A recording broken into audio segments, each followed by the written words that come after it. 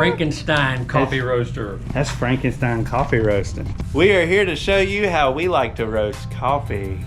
Oh, Bucky's. Oh, Bucky's. There we go. We're rotating. We'll see you when you're good and delicious.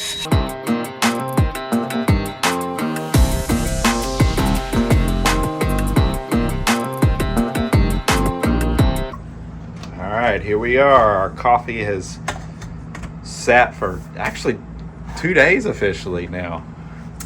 It did, yeah. So these are both products from The rawhide and the worn leather. Worn leather. Now we've already gotten into these bags. Yeah. We've got 3 cups out of this one and 1 cup out of this one, I think.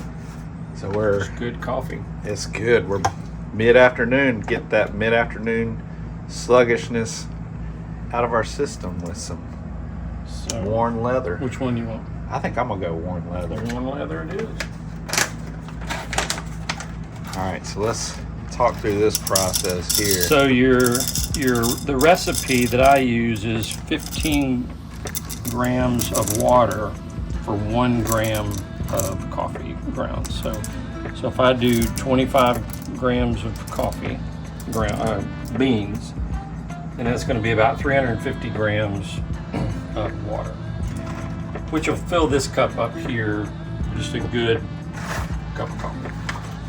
And you can go less or more depending on your taste, but this is what I like. So we got that, and then we got the old fellow the fellow Opus grinder.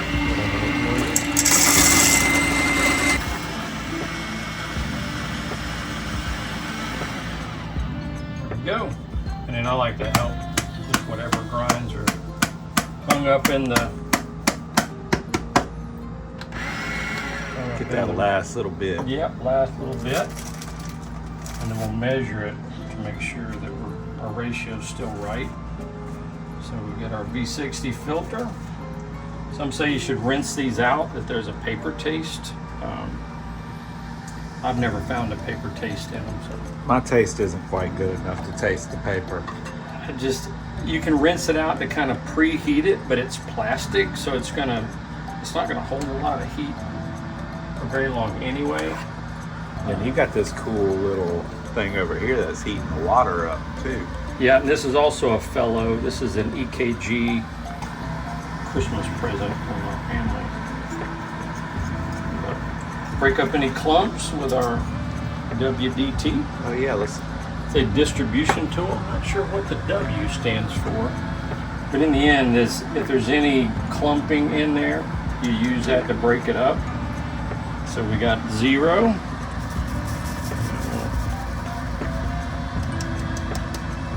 Yet again, I wish you could smell.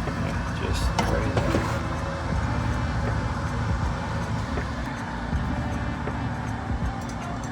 Flatten it out. Some people create a bed, a little bowl for the water to get down in there. Create a bed, tell it a bedtime story. That's it.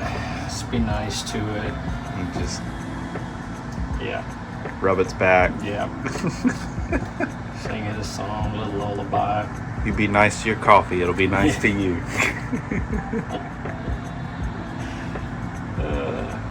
I love it. I love the results we've gotten. I love worn leather is just a great sort of description of what it feels like. It's very smooth, very comfortable. And you're a dark coffee fan. Yeah. So for me, this is a great, just a great everyday daily driver. This rawhide is about 30 seconds past worn leather, so there's more oils in this, and it is darker, not much, but I'm telling you, the taste, the flavor profile you get is a little more Starbucks-like, a little bitter, which I enjoy bitter coffee, but I wouldn't call it burnt though, because not at all. you know, It's not Italian roast or that super dark espresso that you get. we might, if this goes on the YouTubes, we might get blocked for accusing Starbucks of being burnt. But So we'll start our timer and we'll pour what they call the bloom, which for 25 grams of coffee will go to about 75 grams.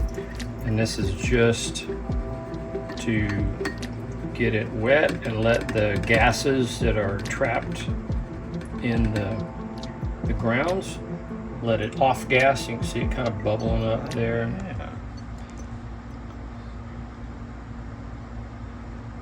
And this is super important because those gases put a bubble around the coffee grind, the little individual pieces of the grind, and it won't let the water infuse, so you can't pull the flavor out. So the more you can get that gas out of there, and then we'll do a second bloom, and you'll see it all bubbling up again. It's just getting all that gas out of there. And we did notice this batch, which we sealed the bags a little sooner. They have it's a little more off gas in this bloom. Yeah. Some people don't. They like to have the thermal mass so that the temperature stays up. But for darker coffee, you can afford to have the temperature a little bit lower and not lose any flavor profile. You start using words like thermal mass and everything, and I start getting scared. Listen, full disclosure, I am regurgitating nothing but my hero in the coffee brewing world, James Hoffman and Kyle up in Canada and different guys like that. So I'm just using their words. And now we'll just keep it going until we get to 375. And what you're shooting for is about 3 minutes and 15 seconds of this whole process. And we're about 210 right now.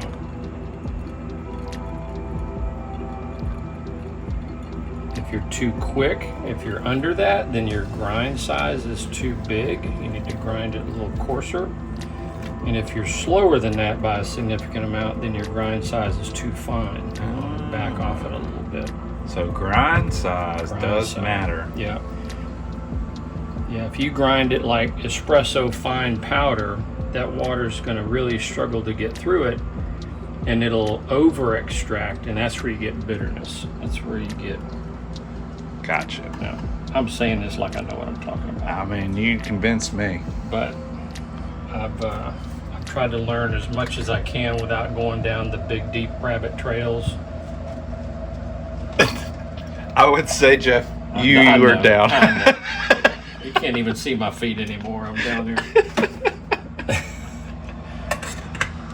It ain't nothing wrong with it. Yeah. I'm gonna tell you, I've had coffee. Now I like my coffee black, and you like yours with a little I've always cream had, in there. yeah, I like heavy whipping cream and a sweetener. I'm trying to move away from the Splenda, so I'm experimenting with like monk fruit and erythritol and xylitol, but haven't found anything to replace a couple packets of Splenda. So now we're at 340 and we're done. So You use the talls. I use the none-at-all.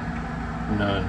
You're the hair on your chest guy. None at all. Yeah, none that's at right. all. I use. What sweetener do you use? None at all. I like, just pick the coffee grounds out from between my teeth and Right before you rope a steer and flip it on its side and brand it, and there you go. there it is. Total time about 4 minutes. Yeah. Taste test. That's what it all comes down to, really. Now my coffee cup has not been washed, which also adds flavor to it as well. So, That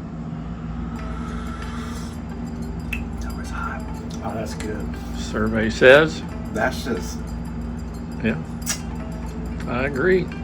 got the dark bitterness. Like I tend to like more medium roast with the stuff in it, but I do like that bitterness. And with this, it hasn't lost. It's like a brown sugariness to it in the flavor. So you don't get just bitter coffee. Like you still get good rich flavor in it. So And a 30-second earlier roast was what we call brown sugar. Citrus. Yeah, because if you let it go just to pull it a little bit sooner, you would have some of those citrus flavors still left in it that get somewhat roasted off when you're going for darker. So you get brown sugar and citrus. And a minute or so before that, and we get paisley. Paisley smooth. So there you're getting, that's the medium. That's all the floral, the plums, the citrus. Is not really any brown sugar. Remarkable. The flavor is just popping.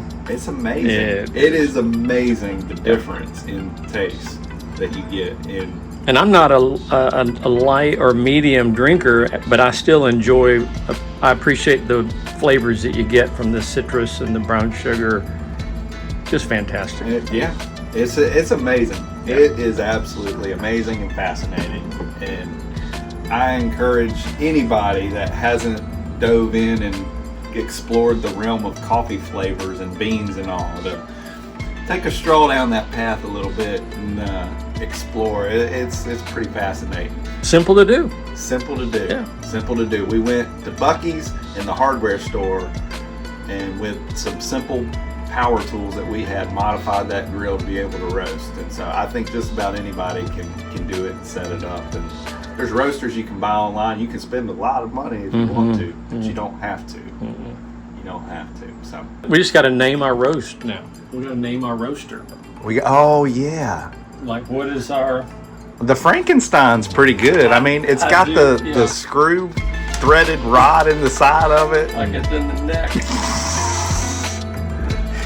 And we're always tinkering with him, so always messing with him, modifying.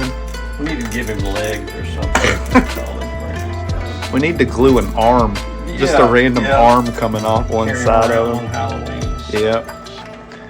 All right. Well, I'm gonna turn this off, and we're gonna enjoy some coffee.